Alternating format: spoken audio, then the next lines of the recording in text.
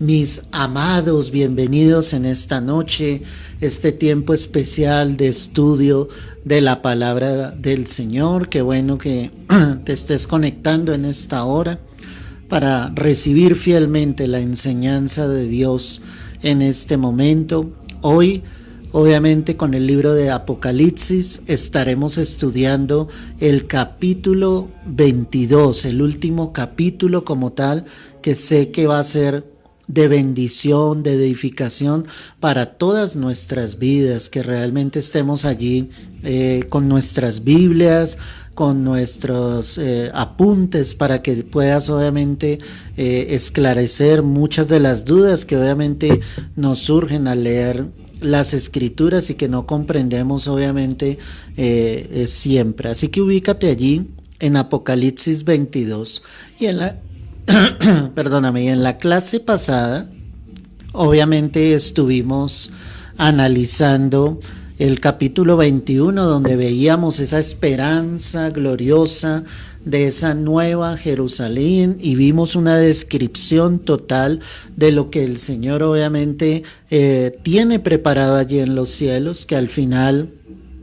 del milenio, después de que venga el juicio ante el gran trono blanco, pues efectivamente descenderá esa ciudad del cielo, esa ciudad que efectivamente no entrará mal, no entrará cosa inmunda en ella. Veíamos la diferencia con el milenio y veíamos que aunque el milenio era un estado perfecto, también podíamos observar que al final del milenio, pues el milenio se ve trastornado, ya que Satanás es suelto de su prisión y sale a engañar a muchos, y mostrábamos la diferencia con la Nueva Jerusalén, y ahí podíamos observar que en la Nueva Jerusalén hay ese estado de plenitud, ese estado de perfección totalmente.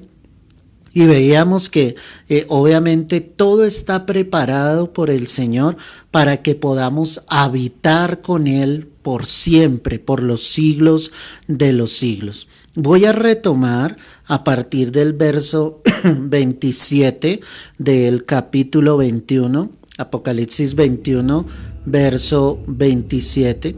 Dice la Escritura: no entrará en ella ninguna cosa inmunda o que hace abominación y mentira, sino solamente los que están inscritos en el libro de la vida del Cordero. Entonces aquí te hacía el análisis de la importancia, obviamente, de que tu nombre, mi nombre, esté genuinamente escrito en el libro de la vida. Allí es donde tiene que estar inscrito nuestro nombre, y eso es lo que va a garantizar plenamente que nosotros estemos en la eternidad con el Señor. Eso es lo que va a garantizar obviamente de que Cristo al venir por su iglesia, de la misma manera tú y yo partamos en ese momento en que Cristo obviamente venga por todos nosotros. Eso es lo que nos da la garantía. No son tus obras en esta tierra, no son tus hechos, no es tu servicio, es la fe que tú hayas colocado obviamente en Cristo Jesús, y que garantiza que tú recibiste al Señor en tu corazón y que obviamente naciste de nuevo y que podrás estar en esa nueva Jerusalén. Esa es la garantía. Por eso vuelvo y leo Apocalipsis 21, verso 27. No entrará en ella ninguna cosa inmunda o que hace abominación y mentira, sino solamente los que están inscritos en el libro de la vida del Cordero. ¿Quiénes entrarán? Los que están inscritos en el libro de la vida. Qué cosa tan hermosa realmente la que nos espera, qué cosa tan gloriosa de la que podremos disfrutar plenamente cuando el Señor obviamente haga descender esa nueva Jerusalén. Recuerda que este es el último instante, ya después de que han pasado todos los eventos que ha narrado Apocalipsis. Entonces, una vez más te quiero recordar, ¿sí?, de qué manera obviamente sucederán los eventos. El evento inmediato que está esperando la iglesia es el rapto de la iglesia, el arrebatamiento, en el cual la palabra dice que el Señor vendrá entre las nubes y obviamente en ese abrir y cerrar de ojos llamará a su iglesia y los llevará obviamente para estar en su presencia, y allí presentará a su Padre una novia santa y sin mancha, para que en el cielo obviamente haya la celebración de las bodas del Cordero. Pero entonces, cuando sucede el arrebatamiento en el cielo, suceden dos eventos. Sucede uno, el tribunal de Cristo, que como lo hemos estudiado, el tribunal de Cristo es el juicio, ¿sí?, del cristiano, en el sentido de que nuestras obras, nuestro servicio será pasado por el fuego. ¿Sí? No es un juicio para salvación, porque nuestra salvación, y escúchame bien, iglesia, nuestra salvación no depende de nuestras obras, nuestra salvación depende de nuestra fe genuinamente en nuestro Señor Jesucristo. Entonces, todos los que de corazón le hayan recibido, todos los que de corazón hayan venido realmente a los pies de Cristo, tienen la seguridad y deben tener la seguridad que en el rapto precisamente van a partir a la presencia del Señor. Esa es una seguridad que tú debes tener, hermano. Tú no puedes dudar frente a tu salvación, sino debes estar seguro efectivamente de que sí vas a partir obviamente a la presencia del Señor en el momento en que el Señor venga en el rapto de la iglesia. Cuando suceda el rapto, entonces sucederá ese juicio en el cielo, que es el tribunal de Cristo, que es el juicio en relación con el servicio que nosotros desarrollamos acá en la tierra. Ya hemos estudiado varias veces eso. Puedes buscar allí en las clases cuando hablamos acerca de las coronas del tribunal de Cristo. El segundo evento que sucederá en el cielo será las bodas del Cordero, que efectivamente será el matrimonio entre la iglesia y el Señor. Pero mientras en el cielo están sucediendo esos eventos gloriosos, acá en la tierra están sucediendo dos cosas importantes. Y cuando digo dos cosas importantes son las siguientes. La primera es que apenas la iglesia es arrebatada, el anticristo, como lo estuvimos estudiando, pues se manifestará, es decir, se dará a conocer finalmente a los habitantes de la tierra. No creas a palabras, a prédicas donde te hablan y sugieren que el anticristo es tal o tal personaje. Bíblicamente, sí, escúchame bien esto, bíblicamente la iglesia no podrá saber quién es el anticristo. Eso lo estuvimos estudiando allá en la carta a los tesalonicenses, cuando veíamos al hombre o el hijo de perdición, cómo sencillamente este no se podría manifestar hasta que a su vez lo que lo detenía pues fuera quitado, y lo que lo detiene realmente es la iglesia.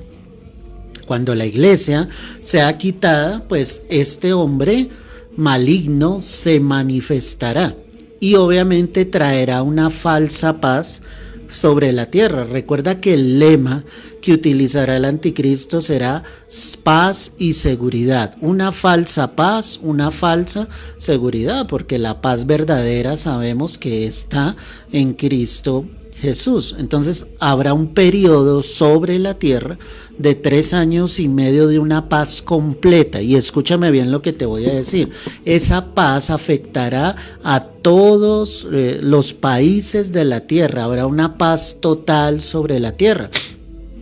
Algunos hablan de que esa paz será solamente sobre Israel, ¿sí? Porque tú sabes que Israel constantemente está en guerra con todos los enemigos que le han rodeado, Irak, Irán, los países árabes, obviamente se han querido levantar contra Israel, pero no tendría lógica que esa paz fuera solamente sobre Israel. Definitivamente la paz tiene que verse en todos los países de la tierra. Eso mostrará el aparente poder del anticristo, de cómo él puede traer una paz cuando muchos países han estado buscando precisamente la paz en sus naciones, con conflictos internos que tienen, como nosotros lo tenemos acá en Colombia Sabemos que hay varios conflictos internos, pero allí el Señor obviamente vemos la gloria del Señor, cómo Él guarda, cuida obviamente nuestras vidas como hijos suyos.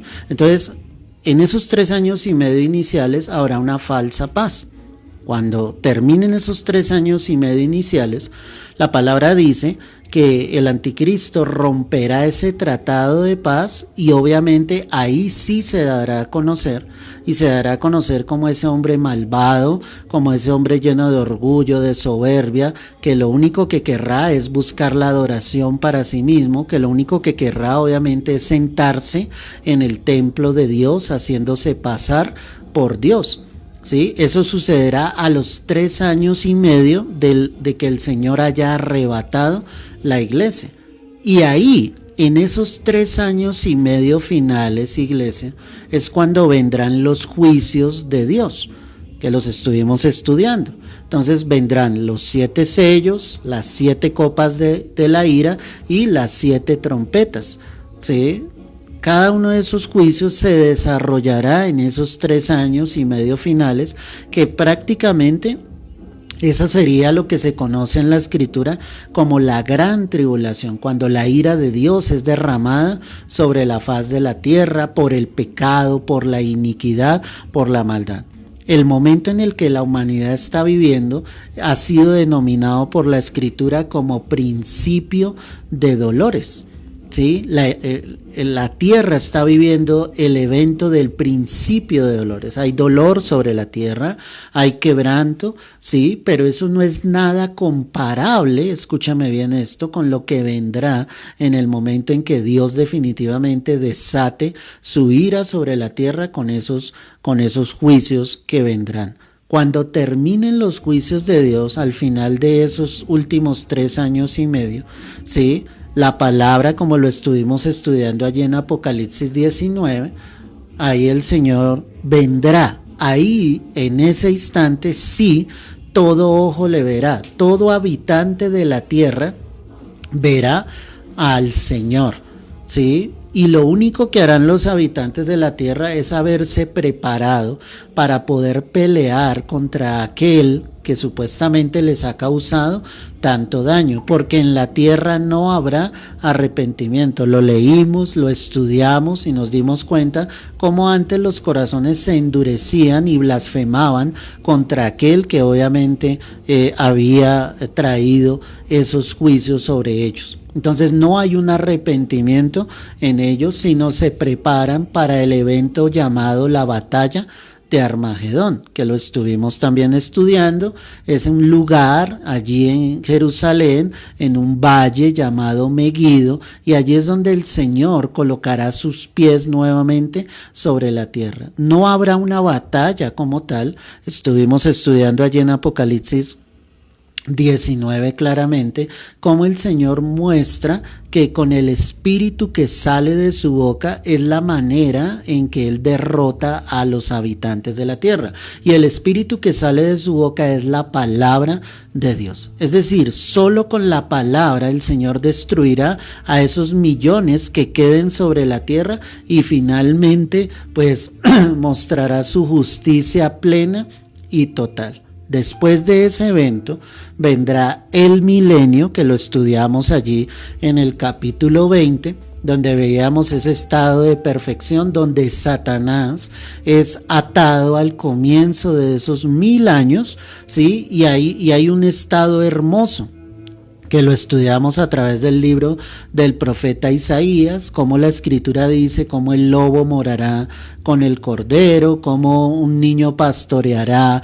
obviamente a las bestias del campo. O sea, es un estado perfecto hasta que al final de esos 1000 años Satanás es nuevamente suelto y sale a engañar a muchos, y muchos son engañados.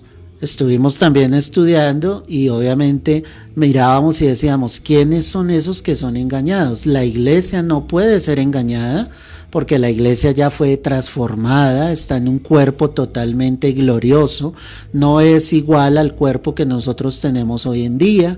Ya en ese momento estamos en la posición como esposa del Señor, ¿sí? Y definitivamente lo que podemos entender es que al final de esos 1000 años los que serán obviamente engañados son las nuevas generaciones de los que hayan obviamente ¿sí? nacido en el transcurso de esos 1000 años. ¿De quiénes son esos descendientes? Muy seguramente de aquellos ¿sí? que obviamente reconocieron al Señor en medio de la gran tribulación como pueblo judío. Recuerda que ellos mueren, ¿sí? Pero sus cuerpos no han sido transformados, es algo diferente.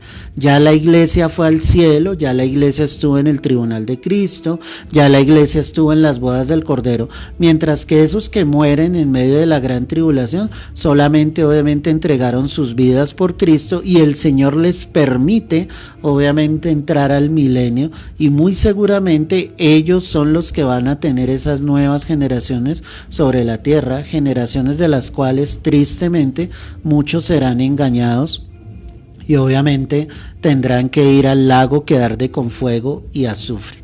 Después de terminar el milenio, el evento que sigue es el juicio ante el gran trono blanco, que lo estuvimos estudiando en los versículos finales del capítulo 20. Entonces, ¿allí qué sucede? Allí se van a presentar, perdóname, frente a ese juicio, todos, absolutamente todos los que no quisieron aceptar a Jesucristo como su corazón. En ese juicio no van a estar los creyentes. En ese juicio ante el gran trono blanco, solo estarán los que no están inscritos en el libro de la vida. Y ahí tú ves esa comparación. Como veíamos en Apocalipsis 21, verso 27, el Señor dice, solo entrarán los que estén escritos en el libro de la vida. Y en el juicio ante el gran trono blanco estarán todos aquellos que no están inscritos en el libro de la vida. ¿Por qué el Señor les hace este juicio si ya están condenados? Porque Dios es un Dios justo y Él mostrará la evidencia a cada ser humano sobre la faz de la tierra de que definitivamente ellos no quisieron aceptar el amor de la verdad para ser salvos, como lo dice la segunda carta a los tesalonicenses, sino que se complacieron en su injusticia, no recibieron el amor de la verdad. ¿Cuál es el amor de la verdad? El amor de Jesucristo para poder ser salvos. Ellos se complacieron en su injusticia, tendrán que estar ante ese juicio, ante el gran trono blanco y definitivamente serán condenados y como lo dice Apocalipsis 20:15, y el que no se halló escrito en el libro de la vida fue lanzado al lago que arde con fuego y azufre, es decir, pues obviamente al infierno eterno. ¿Sí? Cuando termina el juicio ante el gran trono blanco, ahí es donde el Señor muestra esos cielos nuevos y esa tierra nueva que ha de descender de los cielos. En otras palabras, es la nueva Jerusalén. La nueva Jerusalén que ha de descender del cielo, donde habrá ese estado de plenitud, donde habrá ese estado de perfección y donde solamente estarán, como lo hemos venido repitiendo, los que estén inscritos en el libro de la vida. Ya entendiendo todo este contexto, porque necesito que lo recuerdes, lo comprendas, lo entiendas, ¿sí? Llegamos obviamente al final del libro, de toda la revelación que Juan ha venido obviamente recibiendo de parte del Señor a través de su ángel, ¿sí? En Apocalipsis 22 está el último contexto de cómo es esa nueva Jerusalén, y ahí vamos a retomar. Dice, después me mostró un río limpio de agua de vida, resplandeciente como cristal que salía del trono de Dios y del Cordero. Recuerda que esa ciudad es completamente hermosa, sus calles son de oro. En Apocalipsis 21:19 veíamos que obviamente, miremos allí desde el 19, dice, y los cimientos del muro de la ciudad estaban adornados con toda piedra preciosa, y vimos esas 12 piedras preciosas que estarán en esa ciudad. Son las 12 piedras más preciosas que pueden existir sobre la tierra y estarán allí en el cielo en abundancia. ¿Cuáles son esas 12 piedras? Te las quiero recordar. Son jaspe, zafiro, ágata, esmeralda, onice, cornalina, crisólito, berilo, ¿sí? topacio, crisopaso, jacinto y amatista. Y también te estuve explicando que cada una de ellas tiene un color característico. Y relacionábamos esto con lo que el Señor quiso mostrar cuando sucedió el diluvio, que el Señor hizo pacto y ese pacto iba basado en el arco iris, que cada vez que viésemos el arco iris podríamos recordar que el Señor jamás volvería a destruir la tierra a través de un diluvio. Es lo mismo que el Señor trata de mostrar acá en esa nueva Jerusalén, una ciudad llena de gloria, una ciudad llena de la santidad de Dios, del amor del Señor. O sea, es impresionante lo que obviamente la palabra nos muestra. Y dice que él veía un río limpio, ojo con esto, un río limpio de agua de vida. Quiero que comparemos esto con Ezequiel 47, el verso 1. Ezequiel 47, verso 1. Mira lo que dice la palabra. Me hizo volver a la entrada de la casa, y aquí aguas que salían de debajo del umbral de la casa hacia el oriente, porque la fachada de la casa estaba al oriente, y las aguas descendían de debajo hacia el lado derecho de la casa, al sur del altar. Ahí habla de esas aguas salutíferas, y cuando comparamos con este río limpio de agua de vida, pues solamente en el trono de Dios, en la presencia del Señor, es donde nosotros encontramos vida, una vida en abundancia, una vida llena de Cristo, una vida llena de la paz del Señor, del amor de Dios. La palabra me está mostrando que esa nueva Jerusalén tenía ese río limpio de agua de vida. Más que la vida en esta tierra, mis amados, lo que nosotros debemos anhelar es la vida eterna. Debemos anhelar estar en la presencia del Señor. En Él encuentras sanidad para tu alma, no solamente una sanidad física, sanidad para tu espíritu, para el alma abatida. En la presencia de Dios, en el trono de Dios. Por eso la palabra deja ver acá que era resplandeciente como el cristal. En esa nueva Jerusalén todo es puro, todo es limpio, todo es transparente, no hay tinieblas, no hay oscuridad, no hay maldad. Todo es gobernado plenamente por el Señor. Y dice que ese río salía del trono de Dios y del Cordero. O sea, el Cordero, que es Jesucristo, emana eso. Él da eso a las vidas que obviamente llegan a Él.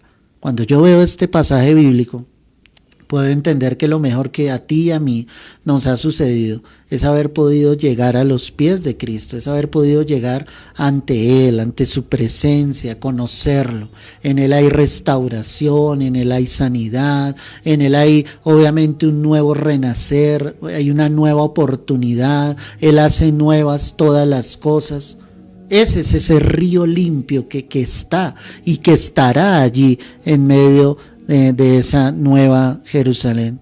Dice que en medio de la calle de la ciudad y a uno y otro lado del río estaba el árbol de la vida, que produce 12 frutos, dando cada mes su fruto, y las hojas del árbol eran para la sanidad de las naciones. En la clase pasada te alcancé a explicar, ¿sí? Y te estaba diciendo que obviamente ese árbol de vida nosotros lo veíamos inicialmente allí en Génesis, así que quiero que vayas conmigo allí a Génesis 2, verso 9, para que también lo miremos una vez más y lo comparemos. Es exactamente el mismo árbol que fue colocado en el huerto del Edén. Génesis 2:9.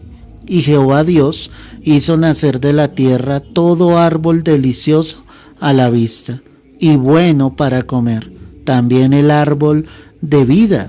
Ojo con esto, el que estamos leyendo acá en Apocalipsis. También el árbol de ¿qué? De vida en medio del huerto, y el árbol de la ciencia del bien y del mal. Ese árbol de vida entonces aparece allí en el huerto del Edén. La característica especial que me da aquí la palabra dice que estaba en medio de la calle de la ciudad, ¿cierto? Estaba a uno y otro lado del río y se encontraba ese árbol de vida. Y mira lo que dice la palabra: y produce 12 frutos, dando cada mes su fruto. Si yo relaciono esto que me está diciendo con el Edén, con el paraíso. ¿Cuál era el propósito de Dios? Que el hombre viviese eternamente con el Señor. ¿Dónde lo colocó? En el huerto del Edén. El hombre no tenía que hacer absolutamente nada. Dios le había brindado todo. Ese árbol de la vida le daba su fruto, uno para cada mes, para su alimentación,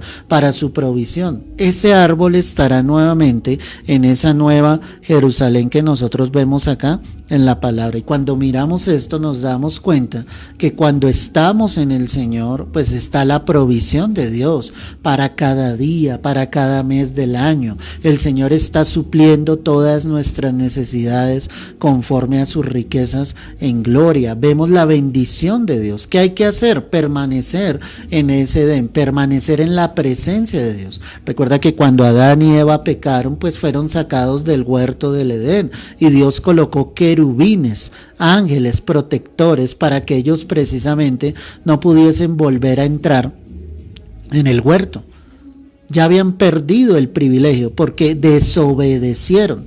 Pero cuando el hombre llega nuevamente a Cristo, y por eso la comparación que hace Pablo en la carta a los romanos, ¿sí?, con Adán y Cristo, ¿sí?, dice que por un hombre entró el pecado, por Adán, pero por otro, pues obviamente nosotros fuimos perdonados, fuimos redimidos, encontramos la salvación. ¿Quién es ese hombre?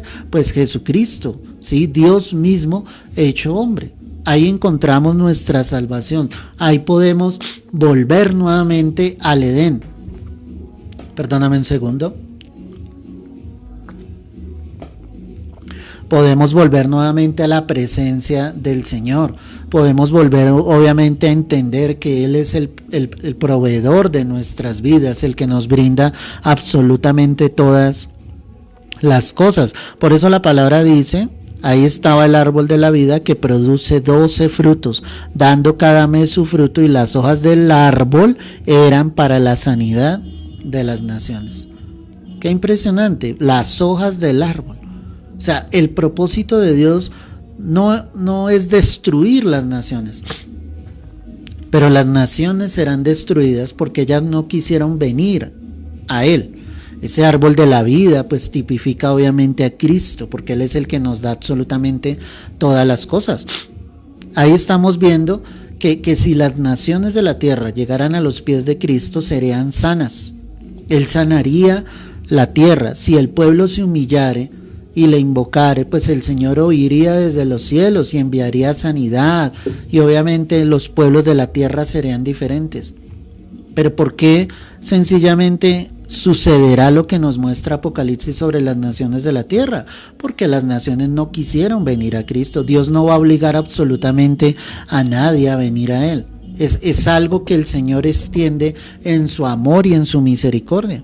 Esas hojas de ese árbol eran entonces para sanidad de las naciones. En esa nueva Jerusalén estará ese estado perfecto, porque todos los que habiten allí estarán sanos, no estarán enfermos.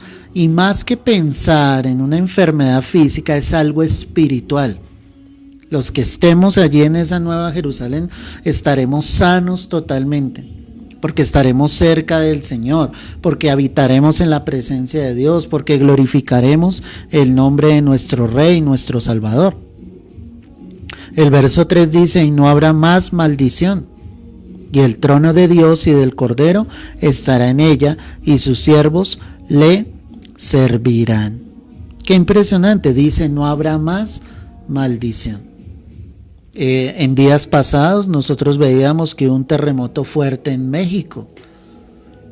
No podemos decir que es una casualidad que en esa misma fecha, hace un año, había temblado, había habido otro terremoto. No es casualidad.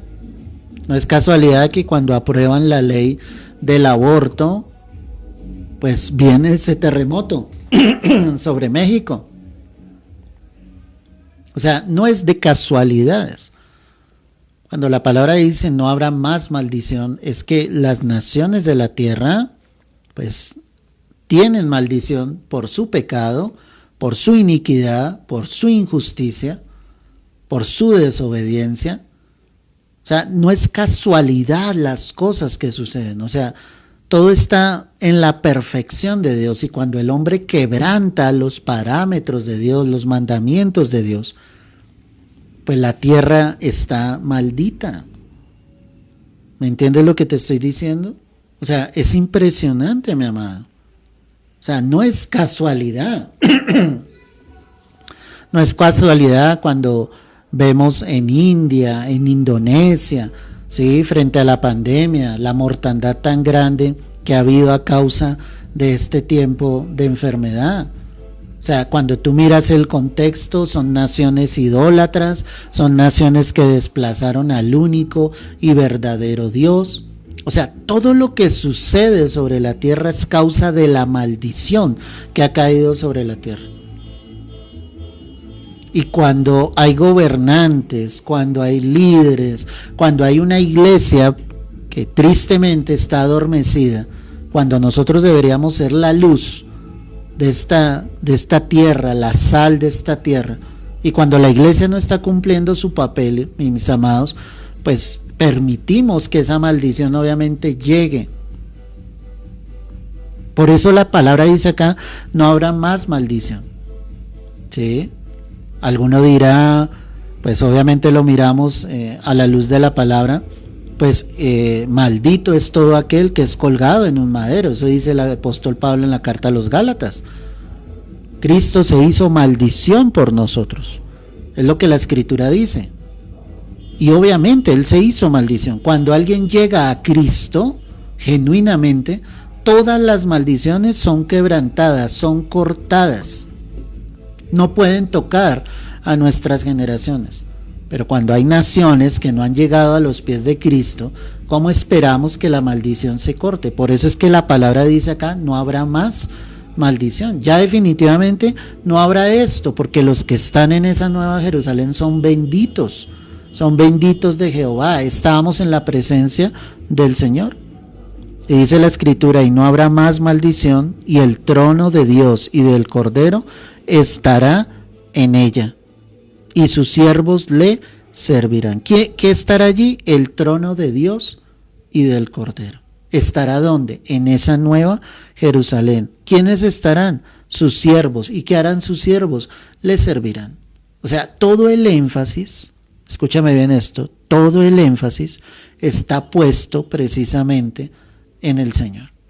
Y acá viene algo que obviamente tú estás en la libertad de analizarlo. Te voy a dar mi argumento personal.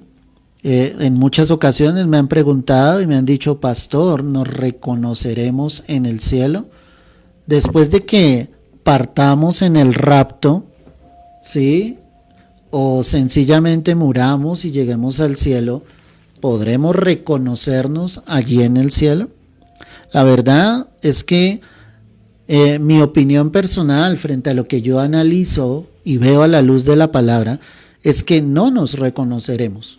¿Qué argumentos te doy para esto? Que el Señor dijo que en los postreros tiempos nosotros seríamos como los ángeles, ¿sí? No nos casaríamos ni tampoco nos daríamos en casamiento. 1. 2. La palabra misma me deja ver que al ser arrebatados nosotros seremos transformados. Escúchame bien esto, transformados. Cuando la palabra me dice transformación, es decir, no queda nada de lo que era en este cuerpo físico, ni mi apariencia, ni mis ojos, ni mi boca, ni mi cabello, ni mis manos. Soy transformado y soy transformado en un ser espiritual, porque este cuerpo nunca, escúchame bien, entrará en el cielo. Dios necesita ¿qué? Transformarlo. La palabra también dice, tercero, que el apóstol Pablo dijo que esto corruptible, este cuerpo lleno de corrupción, se vestirá ¿de qué? De incorrupción. Eso me deja ver que es algo totalmente distinto lo que yo voy a hacer en el cielo.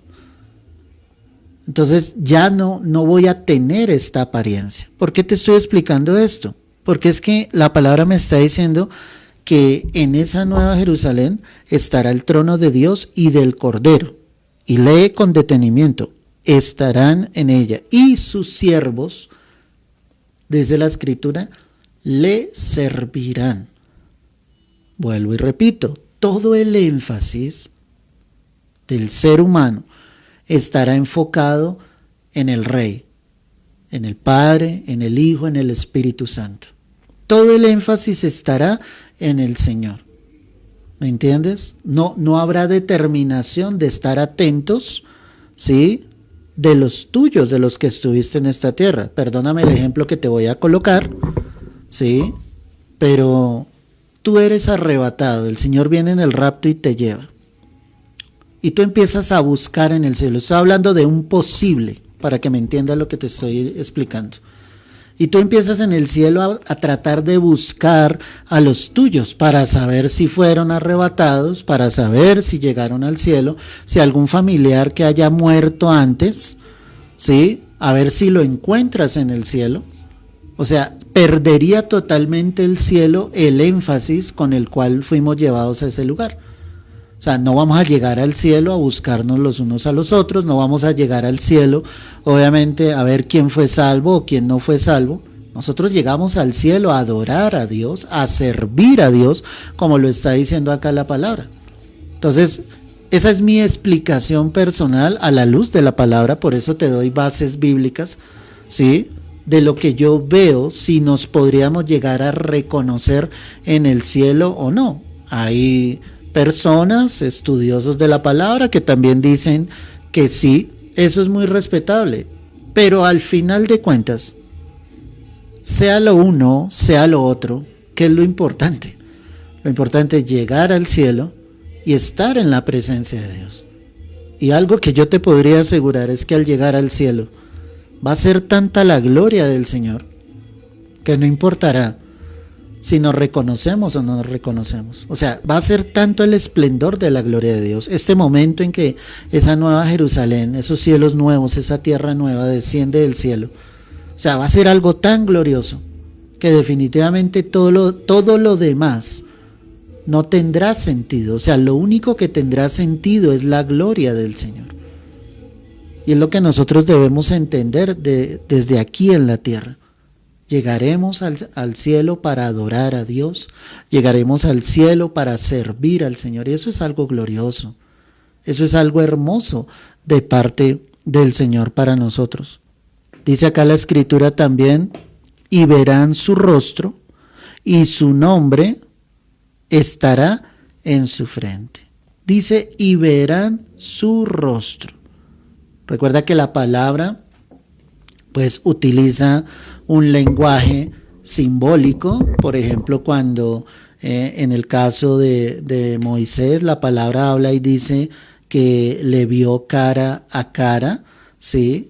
Pero también Juan dice en una de sus cartas, nadie ha visto jamás a Dios. Y cuando Juan dice eso, vemos que es un lenguaje obviamente metafórico de que Moisés le vio cara a cara, que es lo que la Escritura me está mostrando allí. Sencillamente que Moisés estuvo muy cerca de la presencia de Dios, pero no podríamos decir que vio el rostro de Dios. Cuando yo veo este pasaje aquí en Apocalipsis 22, verso 4, dice, y verán su rostro.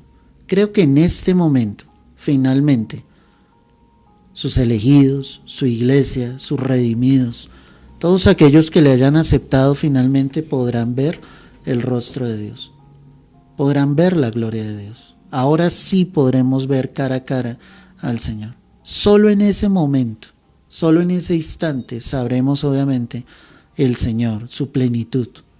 Estaremos allí obviamente, como te he venido diciendo, para adorarlo, para glorificar su nombre. Y lo más hermoso es que la palabra dice que su nombre, el nombre de Cristo Jesús, estará en nuestras frentes. Es como lo que dice la palabra de las arras del Espíritu, que ya hemos sido sellados. Y esas arras lo que muestra claramente es que ya le pertenecemos a Cristo, que ya somos del Señor. El Señor sabe quiénes son los suyos. Allí en Juan 10, cuando la palabra habla y el Señor está diciendo, yo soy el buen pastor su vida ha dado por las ovejas. Y él dice, yo las conozco y ellas me siguen. Al decir yo las conozco, el Señor sabe perfectamente quiénes son los suyos. El Señor sabe cuál es la iglesia falsa. El Señor sabe cuál es el falso creyente. El Señor sí sabe realmente quiénes son los que han nacido de nuevo. Él sí sabe realmente quiénes son los que quieren estar con Él. Él sí sabe realmente quiénes son los que lo han perdido todo por causa de su nombre. No los que quieren salvar su vida, porque esos que la quieran salvar definitivamente la perderán. El nombre del Señor estará escrito en nuestras frentes. Y es algo hermoso, es algo muy lindo lo que la palabra está diciendo. Porque eso nos muestra que somos suyos, que Él pagó un precio demasiado grande en la cruz. Por el gozo puesto delante de Él sufrió la cruz, menospreció el oprobio. O sea, impresionante el amor de Jesucristo por todos nosotros. Y solo podemos darle la gloria y la honra al Señor. Vamos a estar allí, iglesia. Vamos a estar allí en esa nueva Jerusalén. Tú tienes que tener la confirmación de que ya has sido sellado con las arras del Espíritu, que ya le perteneces a Cristo Jesús. Dice la Escritura, no habrá allí más noche, y no tienen necesidad de luz de lámpara, ni luz del sol, porque Dios, el Señor, los iluminará, y reinarán por los siglos de los siglos. Qué impresionante. No habrá más noche. Y es que no hay necesidad de noche, porque Cristo estará alumbrando. No habrá luz del sol, porque Cristo estará alumbrando. Imagínate la gloria del Señor. Dice él, porque Dios el Señor los iluminará. Y definitivamente cuando Jesús llega a una vida, nosotros pasamos de las tinieblas a la luz. Cuando realmente hay una vida que ha llegado a los pies de Cristo, esa vida empieza a caminar en esa luz. Unos darán fruto al 100, otros al 60, otros al 30 por uno. Todos tendremos procesos diferentes, pero lo importante es llegar a la luz y dejar que la luz de Cristo resplandezca en nuestras vidas y en nuestros corazones. Y reinarán por los siglos de los siglos. Nosotros como iglesia reinaremos juntamente con el Señor. Y cuando digo que reinaremos juntamente con el Señor es porque somos su esposa. Estaremos allí con el Señor. No es algo para llenarnos de ego, de orgullo. Es solo para darle gloria y honra al Señor. Es solamente para mostrar que el Señor obviamente nos da una posición especial. Y es que cuando llegamos a los pies de Cristo, la palabra dice que Él nos adopta, que Él nos recibe como sus hijos. Él nos dice fielmente que Él está ahí, que nos trata como a hijos y no como bastardos, porque ahora tenemos un Padre, el Dios de los cielos. A partir del verso 6, Juan empieza a hablar y a mostrar definitivamente cómo a través de todo el libro, lo único que Dios está mostrando es que esto es real, que esto sucederá y que definitivamente la venida de Cristo está cerca.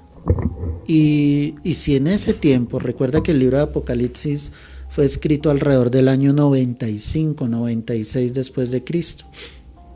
Y estamos en el año 2021. Han pasado pues miles de años, ¿cierto? Y si ellos podían afirmar, como el apóstol Pablo lo decía, que el Señor estaba cerca, ¿cuánto más nosotros podemos decir que definitivamente Cristo está a las puertas? Yo lo único que te puedo decir a través de esto es que ojalá le pido a Dios de todo corazón que Cristo no te sorprenda en su venida, que te prepares, que vivas cada día como si fuera el último. Y cuando digo que lo vivas como si fuera el último, es vívelo para Dios. Deleítate en la presencia del Señor, adóralo, busca su palabra, medita en ella. Debes estar cerca del Señor, porque Cristo definitivamente está a las puertas. Juan dice acá y me dijo estas palabras: son fieles y verdaderas. Y el Señor, el Dios de los espíritus de los profetas, ha enviado su ángel para mostrar a sus siervos las cosas que deben suceder pronto. Una vez más, la Escritura confirma y dice, estas palabras son fieles y verdaderas. O sea, no las tomes en poco, no las menosprecies. Es la palabra de Dios. Dios envió, como dice aquí la Escritura, a su ángel para mostrar las cosas que deben suceder pronto. Es real, es cierto. Qué triste que aunque muchas de las cosas obviamente se están cumpliendo hoy en día a través de la palabra, muchos aún no crean, muchos aún tengan sus corazones endurecidos, muchos aún vivan un evangelio lejos de Dios, muchos son religiosos, fariseos, y aún no han nacido de nuevo y no entienden que Cristo está a las puertas. La palabra está diciendo, el Señor, el Dios de los espíritus de los profetas, ha enviado su ángel. La palabra está mostrando aquí claramente que es Dios el que está hablando, que Él hizo que sus profetas hablaran, pero porque Él colocaba de su espíritu en ellos. Porque definitivamente querían recibir de Dios, cumplir la voluntad de Dios, aunque les costara su propia vida, como les costó a muchos de ellos en muchos casos. ¿Sí? Esto no es completamente verídico, pero según libros judíos, hablan, por ejemplo, de que el profeta Isaías fue aserrado, o sea, fue cortado por la mitad a causa de su predicación en libros que han encontrado a través de la historia. Entonces llegan a decir que él murió aserrado. Imagínate la manera tan terrible, cortado a la mitad. Y cuando veo la Escritura, pues los hombres de Dios siempre han muerto entregando su vida por Cristo, por el Evangelio. Hay miles de hombres que mueren en el mundo entregando el Evangelio, la palabra de Dios. Hay otros que están encarcelados por predicar el verdadero Evangelio. Vemos hoy en día cómo nos quieren callar, cómo la palabra no tiene como la fluidez que debería tener. Cómo en las redes sociales se filtra más el engaño, la mentira, la maldad. Cómo salen obviamente a relucir predicaciones vanas, huecas, llenas de fábulas que no provienen del corazón de Dios. Pero cuando Dios usa una vida, cuando tú te dejas usar por Dios, o sea, definitivamente Dios hará cosas grandes contigo. Y por eso yo te digo en esta noche, ve donde el Señor te indique. Lleva el Evangelio, lleva la palabra, porque yo debo predicar sobre lo que está por suceder y no me puedo callar. Así me tilden de loco, así muchos me vean a través de las redes y digan otra vez el pastor Javier hablando de lo mismo. Él siempre habla de lo mismo, pero es que no te puedo hablar de otra cosa.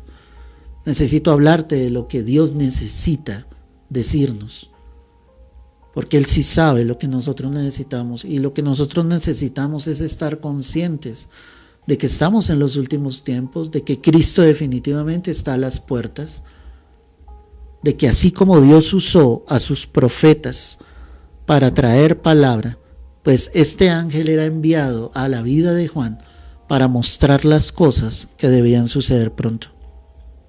El verso 7, estoy en Apocalipsis 22:7. He aquí vengo pronto. Bienaventurado el que guarda las palabras de la profecía de este libro. ¿Te das cuenta? Dichoso, gozoso serás si guardas lo que Dios te está diciendo, no lo que el hombre te dice. Por eso es tan importante que tú leas tu Biblia todos los días. Por eso es tan importante que tú la estudies, que ames la palabra, que te apasiones por ella.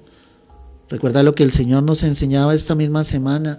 Él decía, las palabras de los sabios son medicina. ¿Y por qué son medicina? Porque hablamos la palabra de Dios. No hablamos en nuestras propias fuerzas, no hablamos en lo que nosotros pensamos.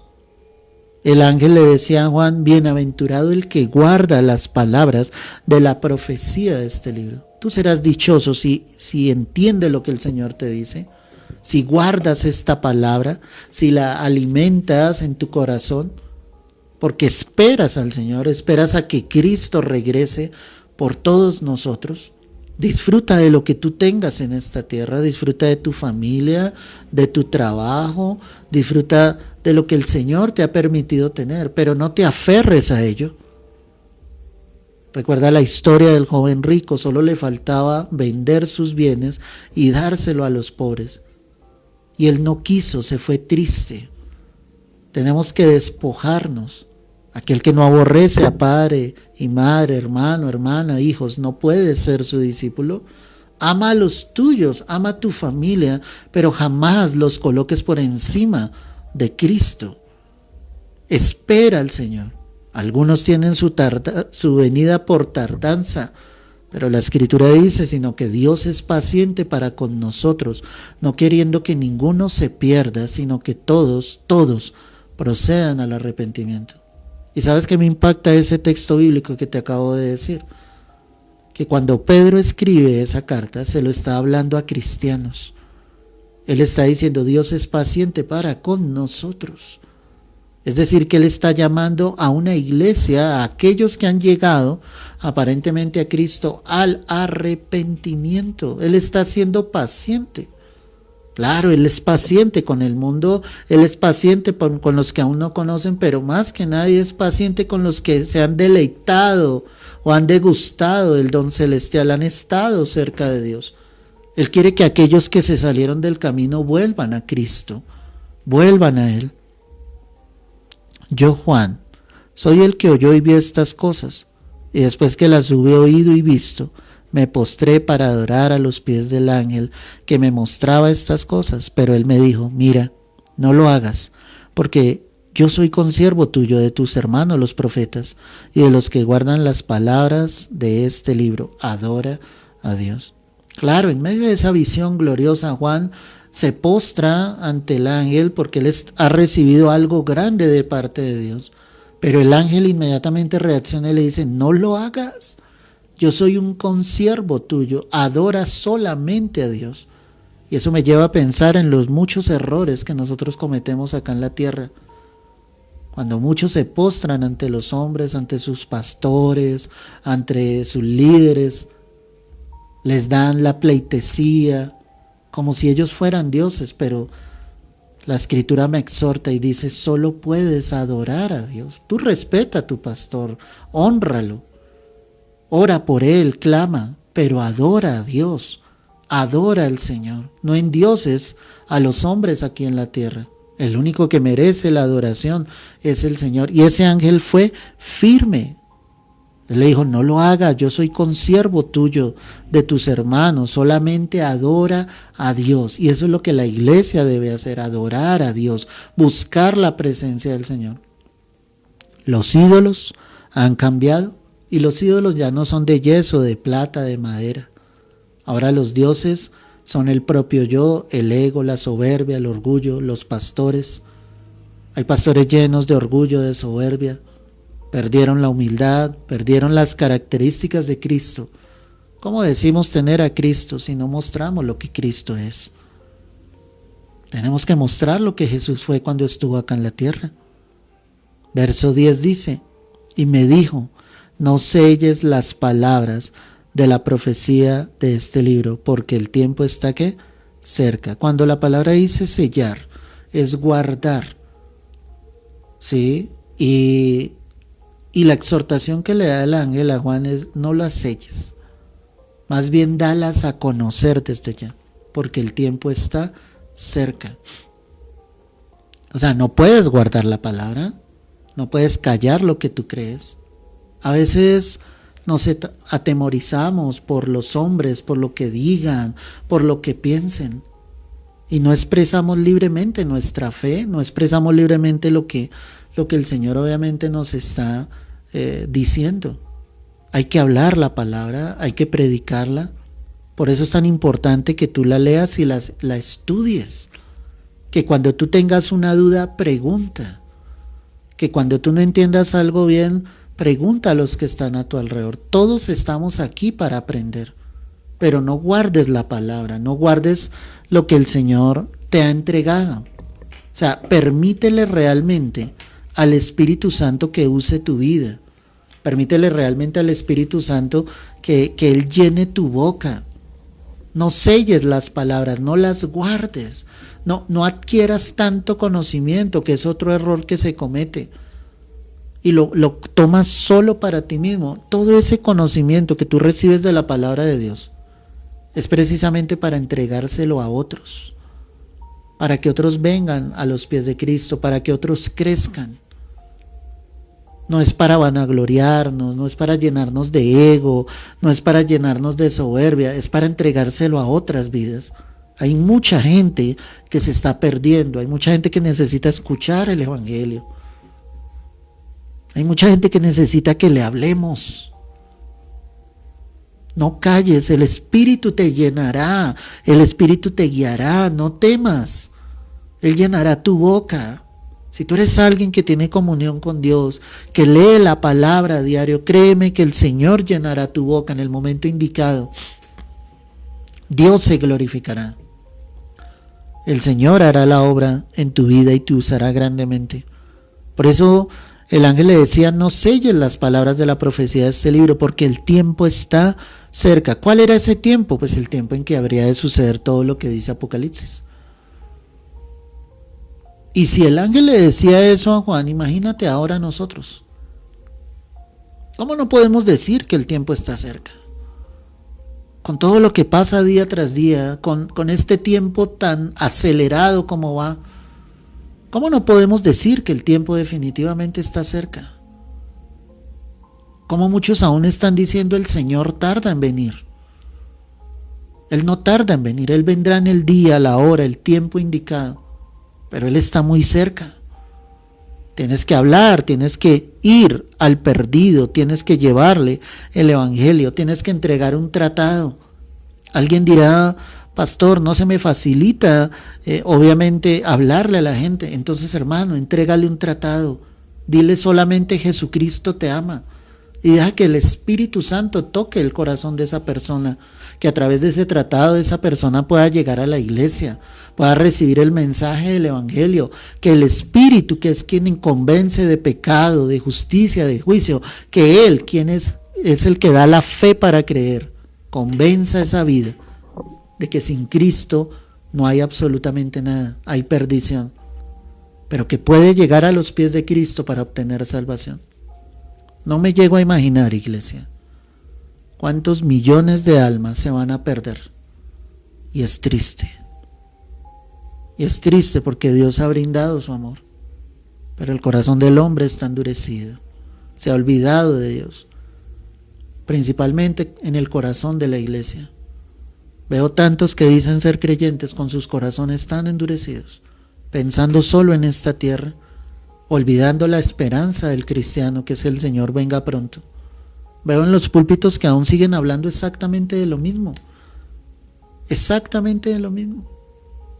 ¿Por qué no hablamos de la verdad? ¿Por qué no predicamos del Evangelio? ¿Por qué no le hablamos al pueblo para que las almas lleguen a los pies del Señor?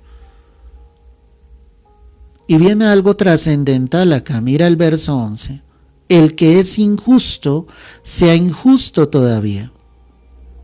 Y el que es inmundo, sea inmundo todavía. Y el que es justo, practique la justicia todavía. Y el que es santo, santifíquese todavía.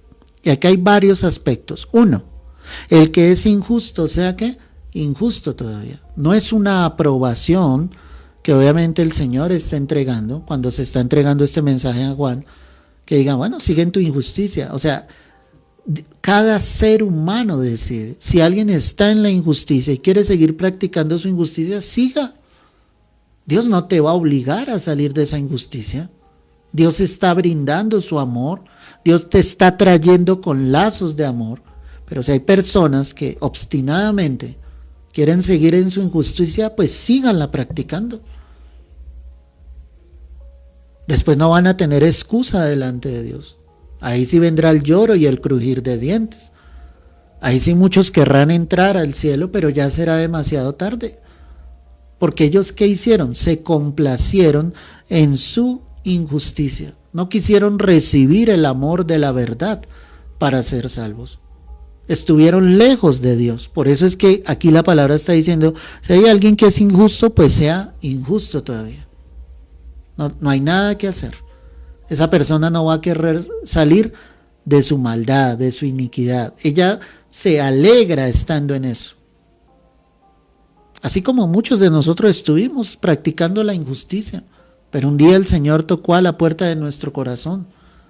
Y un día dijimos, yo no puedo seguir practicando la injusticia, yo quiero venir a Cristo. Lo que Él me está brindando es diferente. Yo quiero recibir ese amor, yo quiero recibir esa verdad.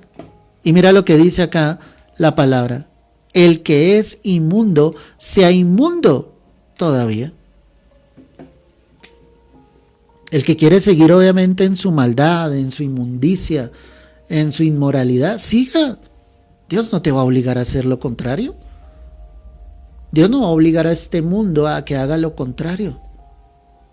Estamos en el momento de la humanidad donde hay más perversidad y maldad sobre la faz de la tierra. Totalmente, una degeneración total del ser humano. El hombre, la mujer perdió el uso natural de su esencia, como lo dice la carta a los romanos. Por eso llegó el homosexualismo, el lesbianismo. Por eso llegó la perversidad, la iniquidad. Por eso llegó la prostitución en su estado más alto, porque la prostitución es el trabajo más antiguo que hay sobre la tierra. Pero hoy está peor que nunca. Por eso hay violaciones, hay matricidios, o sea, hay hijos matando a sus madres, a sus padres, o sea, qué impresionante. Qué impresionante todo esto. Ver la maldad que ha venido sobre la tierra, o sea, estamos en la peor inmundicia.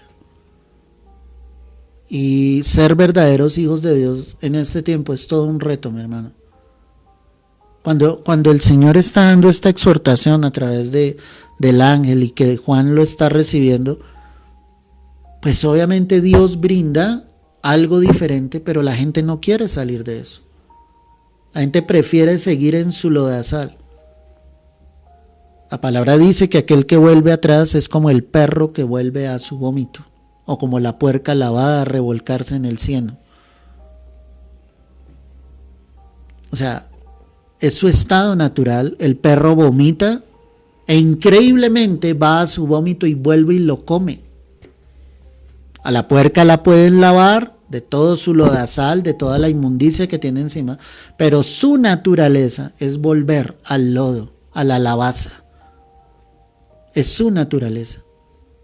Y el Señor compara allí, cuando lo habla a través del apóstol, dice, si alguien vuelve atrás, pues está actuando exactamente igual. O sea, esa persona no quiere salir de allí, esa persona quiere seguir exactamente igual. Y es por eso que la palabra exhorta acá y dice, el que es inmundo, pues sea inmundo todavía, no hay nada que hacer.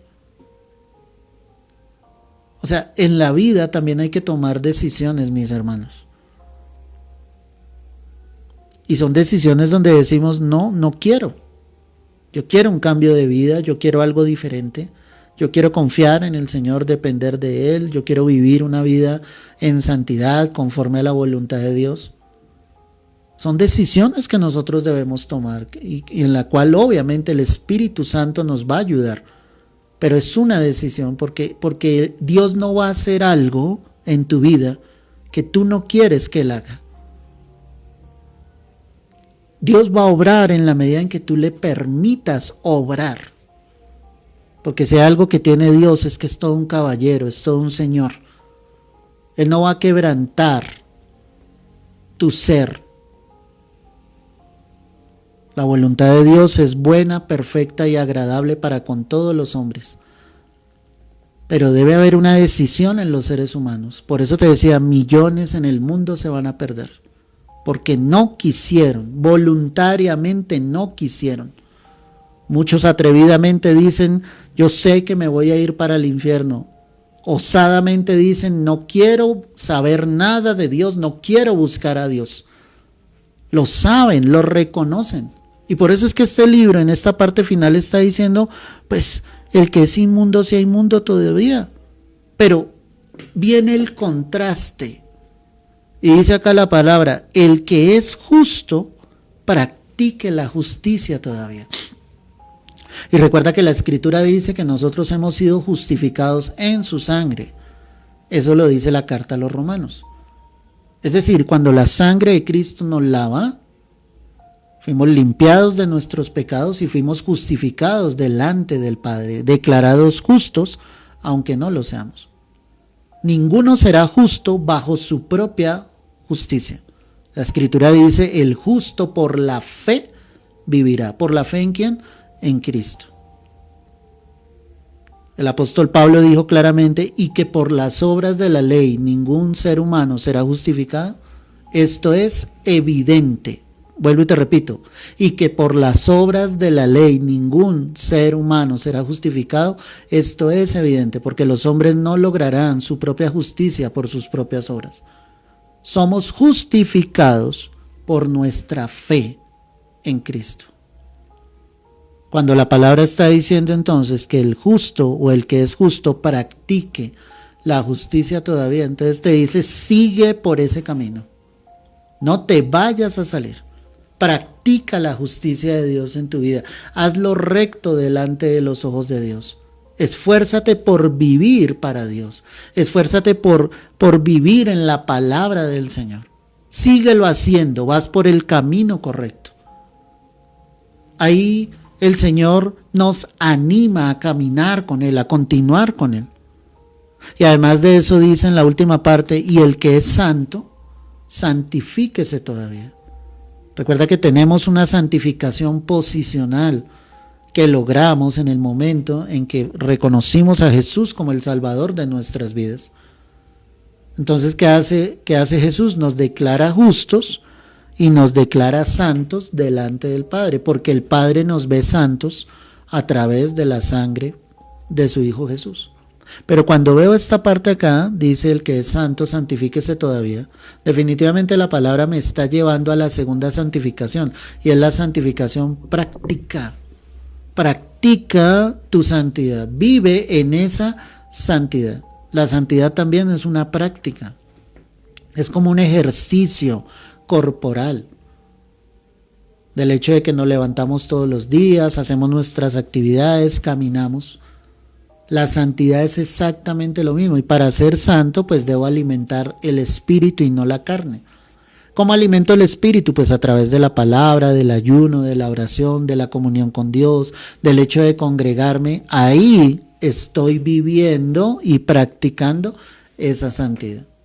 Y recuerda que la tercera santificación es la santificación perfecta, que vendrá cuando la iglesia sea arrebatada, cuando esto corruptible se vista de incorrupción.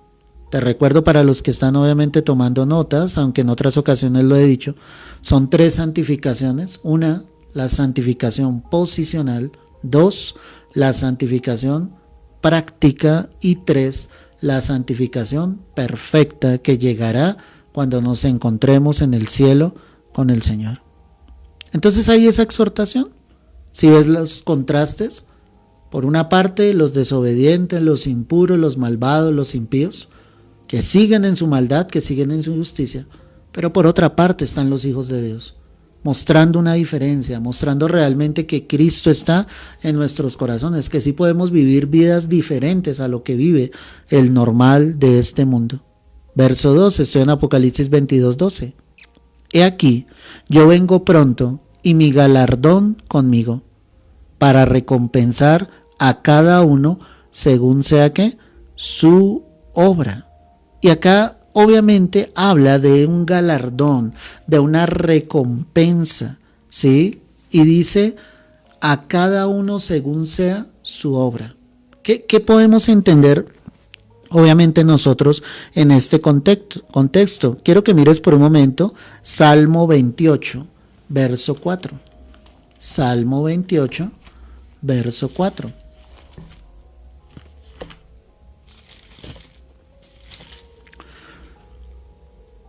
Dice la Escritura, dales conforme a su obra y conforme a la perversidad de sus hechos. Dales su merecido conforme a la obra ¿de qué? De sus manos. Aquí el salmista, que es David, obviamente está hablando de aquellos impíos, y de por sí es una plegaria que él hace clamándole a Dios en ayuda hacia sus enemigos. Y cuando él decía este salmo, él está diciendo, dales conforme a su obra, porque son hombres perversos, porque han hecho lo malo, dales su merecido conforme a la obra de sus manos. Cuando la palabra en Apocalipsis me está diciendo que Él viene pronto y que trae un galardón para recompensar a cada uno según sea su obra, pues habrá obras buenas y obras malas. ¿A qué voy con esto? Sí, hemos repetido y hace un instante lo dije, por las obras de la ley ninguno será justificado delante de Dios. Entonces, ¿en relación a qué está hablando esta obra? Pues nuestra obra está en Cristo. Cuando recibimos a Cristo en nuestro corazón, seremos recompensados conforme a nuestras obras, porque ahora estamos en el Señor. Sí, recuerda que la Escritura dice que fuimos creados para buenas obras, y cuando el Señor realmente está en nuestras vidas, pues empezamos a hacer lo que es correcto delante de Dios. ¿Cuál será nuestra recompensa? Pues la vida eterna, no por nuestras obras, sino por nuestra fe en Cristo. ¿Cuál será nuestro galardón o nuestra recompensa? Que obviamente iremos al cielo, que estaremos para siempre con el Señor. Pero según lo que leíamos en el Salmo, ¿cierto? ¿Qué veíamos allí? Pues habrá un galardón o una recompensa para los que se deleitaron en sus obras y no quisieron venir a los pies de Cristo. Entonces habrá una condenación eterna. Ese es el galardón o recompensa, ¿sí? Y quiero que vayas a la carta a los Romanos para que miremos algo allí bien interesante. Carta a los Romanos, capítulo 2, verso 5. Romanos 2, verso 5. Pero por tu dureza y por tu corazón no arrepentido, atesoras para ti mismo ira para el día de la ira y de la revelación del justo juicio de Dios. Recuerda que en este contexto Pablo le está hablando a los judíos y les dice, ustedes han endurecido su corazón y lo único que están atesorando es ira para el día de la ira. Y ahí Pablo afirma y dice en el verso 6, el cual pagará a cada uno conforme a sus obras. Verso 7, vida eterna a los que perseverando en bien hacer buscan gloria, honra e inmortalidad. ¿Cuál será la recompensa de aquellos que obviamente perseveraron en hacer el bien, buscaron gloria, honra e inmortalidad? Pues ¿qué entregará el Señor? ¿Cuál será la recompensa? La vida eterna. Pero por lo contrario, en el verso 8 dice, pero ira y enojo a los que son contenciosos y no obedecen a la verdad, sino que obedecen a la injusticia. Ira y enojo, una condenación eterna. Y ahí tú puedes seguir leyendo en ese contexto totalmente, ¿sí? Lo que estamos diciendo, ¿sí? Es la recompensa o vida eterna o condenación eterna. Eso es lo que el Señor está mostrando acá en Apocalipsis. Vuelve allí conmigo entonces. Estamos en el verso 12. He aquí yo vengo pronto y mi galardón conmigo para recompensar a cada uno según sea ¿qué? Su obra. Según sea su obra. Si tú has perseverado en hacer el bien, pues tendrás la recompensa de la vida eterna. Verso 13 dice, yo soy el alfa y la omega, el principio y el fin, el primero y el último. Qué impresionante, ¿no? Nuevamente el Señor, al terminar el libro, está mostrándose como el Todopoderoso. Quiero que mires Apocalipsis capítulo 1 y recordemos cómo inició el libro, para que tú te des cuenta lo que el Señor muestra acá. Apocalipsis 1, verso 8. Yo soy el alfa y la omega, principio y fin, dice el Señor, el que es y que era y que ha de venir, el Todopoderoso. Cuando empieza la revelación del libro hacia Juan, el Señor se muestra como el principio de todas las cosas, como el alfa y la omega. Y termina la revelación del libro exactamente de la misma manera. Vuelve allí entonces a Apocalipsis 22, verso 13. Yo soy el alfa y la omega, el principio y el fin, el primero y el último. Definitivamente Él es el comienzo de todas las cosas. Nada hay antes que Él, nada hay después de Él. Cielo y tierra pasarán, pero su palabra no pasará. Mira lo que dice el verso 14. Bienaventurados los que lavan sus ropas para tener derecho al árbol de la vida y para entrar por las puertas de la ciudad. Mira, dice, bienaventurados, gozosos, dichosos, 3 veces feliz los que lavaron sus ropas. ¿Cómo lavamos nuestras ropas? Pues llegando a los pies de Cristo, lavados con la sangre del Cordero. Quisimos llegar voluntariamente al Señor para tener derecho al árbol de la vida. ¿Dónde estará ese árbol de la vida? Como lo estuvimos analizando, estará allí en esa nueva Jerusalén. Vamos a estar allí. Lo único que tenemos que hacer es permitir ser lavados con la sangre del Cordero. Es lo que nos garantiza realmente que vamos a estar allí. Bienaventurados los que lavan sus ropas para tener derecho al árbol de la vida y para entrar por las puertas de la ciudad. ¿Cuál es esa ciudad? La Nueva Jerusalén.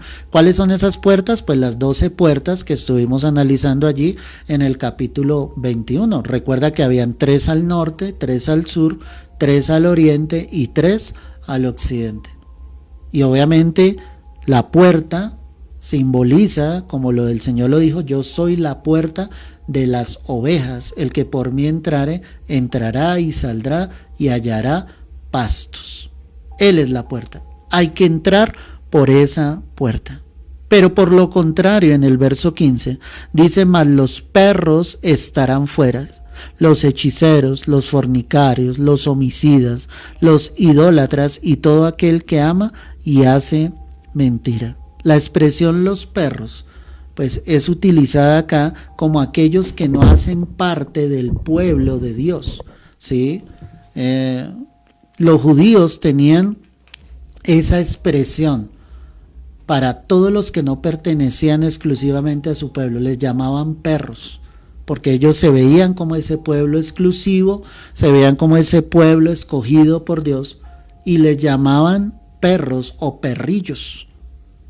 Aquí nuestro Señor utiliza esa misma expresión para tratar de mostrar que los que no son parte de su pueblo estarán fuera, que la puerta estuvo abierta, pero un día la puerta se cerrará, que así como Dios advirtió sobre el diluvio y tildaron de loco a Noé cuando construía el arca, llegó el día del diluvio y Dios mismo cerró la puerta. El día en que Cristo venga por la iglesia se cerrará la puerta. Los perros estarán fuera, los que no quisieron ser parte del pueblo de Dios, los que no quisieron aceptar a Cristo estarán fuera. Y menciona grupos que ya hemos analizado, como lo vimos en Apocalipsis 21, verso 8. Vuelven y aparecen estos grupos, dice los hechiceros, los fornicarios, los homicidas, los idólatras y todo aquel que ama y hace mentira. Esos estarán fuera. Ahí es solamente unos pequeños grupos, porque a través de toda la escritura vamos a ver obviamente todos los que estarán fuera, porque se complacieron en su injusticia, sino que acá obviamente hay ese pequeño grupo. No quiere decir que si no hay un grupo, podría yo decir acá los borrachos, alguien podría decir, entonces los borrachos sí heredarán el reino de los cielos, pero veo pasajes donde Dios exhorta obviamente a relación con esto. Por ejemplo, en Proverbios cuando dice, no mires el vino cuando rojea porque entra suavemente, mas después como serpiente morderá, empezarás a ver cosas extrañas. El Señor dice, ni siquiera lo mires, ni siquiera lo mires. En otro pasaje habla de que no nos embriaguemos. Entonces alguien podría decir, entonces yo puedo tomar unas cuantas copas desde que no me embriague. O sea, hay que mirar a la luz de toda la palabra, y a la luz de la palabra dice: no mires. Ten cuidado porque terminarás siendo tentado, y después el enemigo entrará como esa serpiente y te dañará totalmente. Entonces ahí habla de esos grupos que estarán fuera. El verso 16 dice: yo, Jesús, he enviado mi ángel para daros testimonio de estas cosas en las iglesias. Yo soy la raíz y el linaje de David y la estrella resplandeciente de la mañana. Ahí menciona nuevamente, ¿sí? 3 de los nombres del Señor, donde Él se da a conocer: la raíz, ¿cierto? Ese tema lo vimos hace poco acá en la iglesia. Si lo quieres volver a escuchar, se llama La raíz de Isaí. Sí, fue de mucha bendición, donde veíamos varias de las raíces, pero que todas llegaban obviamente a la raíz de Isaí, el linaje de David. O sea, cuando habla del linaje, se está hablando de los reyes, y obviamente Él se está mostrando como el Rey de Reyes y Señor de Señores. Y el tercer nombre que aparece es la estrella resplandeciente de la mañana. Obviamente Él es la estrella, Él es el que alumbra, Él es el que está obviamente sobre las vidas, sobre los corazones. Y dice el verso 17, y el espíritu y la esposa dicen, ojo, ¿quién es la esposa? La iglesia. ¿Qué dice la iglesia? Ven. Y el que oye, diga, ven. Y el que tiene sed, venga, y el que quiera tome del agua de la vida, ¿qué?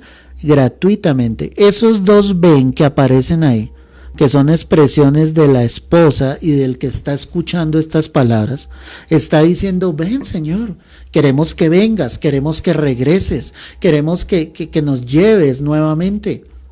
O sea, el verdadero Hijo de Dios no está diciendo: no vengas todavía.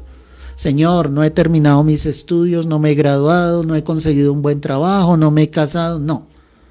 ¿Qué hace el verdadero Hijo de Dios? Está diciendo: ven, está anhelando a que Cristo regrese entre las nubes. Voy a volverte a leer. Y el espíritu y la esposa dicen: ven. Y el que oye diga: ven. Y el que tiene sed, ¿qué debe hacer? Venga. ¿A quién? A Cristo. O sea, el que tiene sed de Dios, pues acérquese realmente a Dios. Y el que quiera tomar agua de la vida gratuitamente, ¿qué debe hacer? Venir a Cristo. ¿Cómo es la salvación? Es gratuita. Hay alguien que ya pagó el precio, y un precio demasiado alto, y fue nuestro Señor Jesucristo. Yo testifico a todo aquel que oye las palabras de la profecía de este libro: si alguno añadiere a estas cosas, Dios traerá sobre él las plagas que están escritas en este libro. Y si alguno quitare de las palabras de la profecía de este libro, Dios quitará su parte del libro de la vida y de la santa ciudad y de las cosas que están escritas en este libro. El verso 18 y el verso 19 es una exhortación total a añadir o a quitar de lo que está escrito. En otras palabras, no puedo especular de lo que no está escrito. No puedo hablar más allá de lo que está en la palabra, porque estaría pecando delante de Dios. Y tampoco puedo quitar de lo que está escrito en la palabra. Han existido muchas traducciones a través de los tiempos, pero qué triste que por más que corren los años, quitan palabras que el Señor dijo desde un comienzo. Se supone que hay escritos originales y ahí está la base. Que el lenguaje haya cambiado a través de los tiempos, obviamente, pero la esencia tiene que seguir siendo la misma. Cuando se pierde la esencia, se terminan diciendo cosas que el Señor nunca dijo, o como te lo he expresado en otras ocasiones, con la versión de la nueva versión internacional, la NVI, que han sustraído cantidad de pasajes bíblicos o han acortado pasajes bíblicos. No podemos hacer eso. La palabra dice: si alguno añade, vendrán estas plagas escritas en este libro. Como los muchos predicadores que añaden y dan enseñanzas que nunca están dentro de la palabra. Están especulando, están hablando más de lo que el Señor dijo. O peor aún, han sustraído y no están hablando realmente de lo que el Señor está diciendo a través de su palabra. El Señor dice que si alguien quita, Dios quitará su parte del libro de la vida. Acuérdate que en la traducción original, en el griego original, no es que Dios borre nuestro nombre después de que está escrito, sino que nunca ese nombre fue escrito. Eso es lo que la palabra está diciendo. Es decir, que todo aquel que se atreva a quitar palabras de este libro sagrado, su nombre nunca estuvo escrito en el libro de la vida. Porque no es que Dios anote tu nombre un día y lo borre al otro, no es así. Cuando tu nombre es escrito, como lo estuvimos analizando en esta clase, cuando tú eres sellado para Dios eternamente. Ya le perteneces al Señor. Cuando definitivamente la palabra está mostrando acá que quitará su parte del libro de la vida, es que ese nombre nunca estuvo escrito en este libro. Y termino con esto. El que da testimonio de estas cosas dice: ciertamente vengo en breve. Amén. Sí, ven, Señor Jesús. La gracia de nuestro Señor Jesucristo sea con todos vosotros. Amén y amén. ¿Qué decía Juan? Él dice, el Señor le había dicho, ciertamente vengo en breve. ¿Y cuál fue la respuesta de Juan? Le dijo, sí, ven, Señor Jesús. Anhelaba que Cristo viniera. Todos los apóstoles anhelaban que Cristo regresara. No es una especulación, es algo que está dentro de la palabra. Ellos anhelaban y esperaban la venida del Señor. Hoy más que nunca, su iglesia debe esperar la venida del Dios Todopoderoso. Que la gracia de nuestro Señor Jesucristo sea contigo, conmigo, todos los días de nuestras vidas. Y su iglesia dice, amén y amén. Cristo volverá y regresará. Hoy hemos terminado, mis amados, este estudio bíblico de Apocalipsis y le doy la gloria al Señor porque nos permitió durante todo este tiempo poder estudiar paso a paso lo que está aquí escrito. Todas las clases están aquí en el perfil de Micca. Si hay alguna en la cual no la pudiste escuchar, te quedaron dudas, vuélvelas a escuchar. Ahí están, hermano. Compárteselas a otros hermanos. No hemos especulado, no hemos hablado en nuestras propias fuerzas, lo hicimos a la luz de la palabra, a la luz de las Escrituras. Para todos los que se complacieron en este estudio, para todos los que aprendieron, pues la idea, mis amados, es seguir estudiando la palabra del Señor. Así que vamos a tener 15 días de descanso y para los que quieran seguir estudiando la palabra, vamos a empezar a estudiar el libro de Hechos de los Apóstoles. Escúchame bien esto, a partir del viernes 1 de octubre, si tú quieres seguir estudiando la palabra, puedes hacerlo a partir del viernes 1 de octubre. Iniciaremos el estudio de Hechos de los Apóstoles. Créeme que es un libro apasionante, como toda la palabra. Y lo vamos a estudiar así, paso a paso, para que vayamos entendiendo muchas de las cosas. ¿Sí? Ejemplo, la persecución de la iglesia. ¿Qué es ser ese verdadero cristiano? Obviamente, lo que un cristiano tiene que padecer por causa del nombre de Jesús. ¿Qué conlleva la predicación del Evangelio? ¿Hasta dónde nos puede llevar Dios en la predicación del Evangelio? ¿Qué puede pasar en diversos momentos cuando está siendo usado por el Señor? Tribulación, angustia, pruebas, pero también ver la gloria del Señor. Así que todos, absolutamente todos, están invitados. Yo quiero que invites a otras personas y que les digas, vamos a empezar este estudio. Es 1:30 semanalmente, los viernes. Es corto el tiempo realmente para todo lo que el Señor nos puede entregar. Quiero decirte que en lo personal, mi vida ha sido edificada impresionantemente a través de este tiempo y le doy las gracias al Señor por permitirme llevarte estas clases que sé, hermano, que si tú los has aprovechado han sido de bendición. Así que oremos y démosle gracias al Señor. Padre, hoy damos gracias a ti, Señor, en esta noche, este tiempo, Dios, por todo lo que tú nos has enseñado, Dios mío. Esperamos tu venida, Señor. Estamos confiados en ti.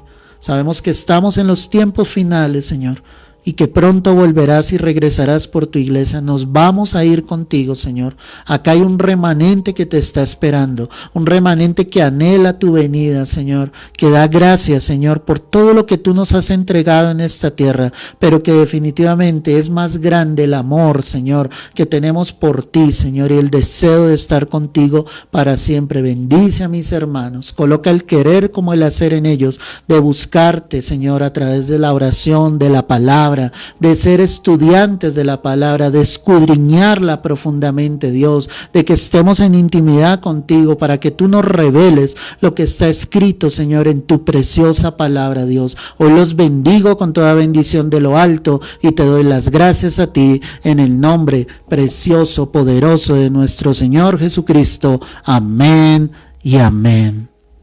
Aleluya, mis amados. Como lo dijo Juan, sí, Señor, ven y ven pronto, Señor. Que Cristo regresa.